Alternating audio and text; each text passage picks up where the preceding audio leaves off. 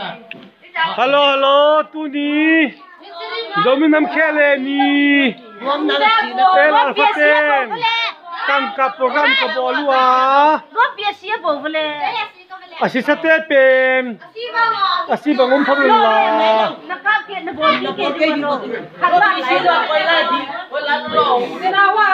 Ken the Lên bò.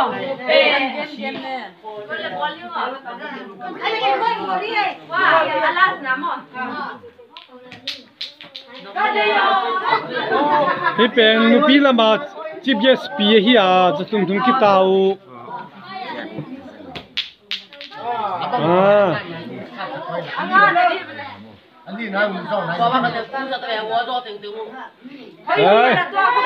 con thế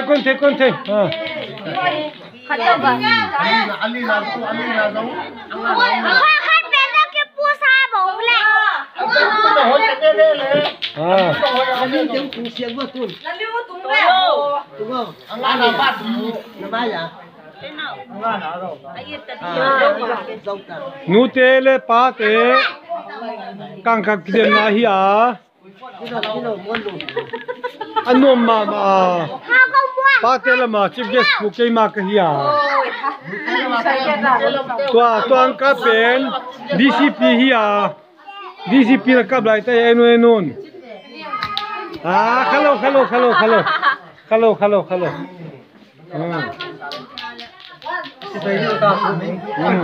tua ka pe nom pi hi a Tu nga ka pe. Tiền cả được không có cả tiền này. Kita ko mo.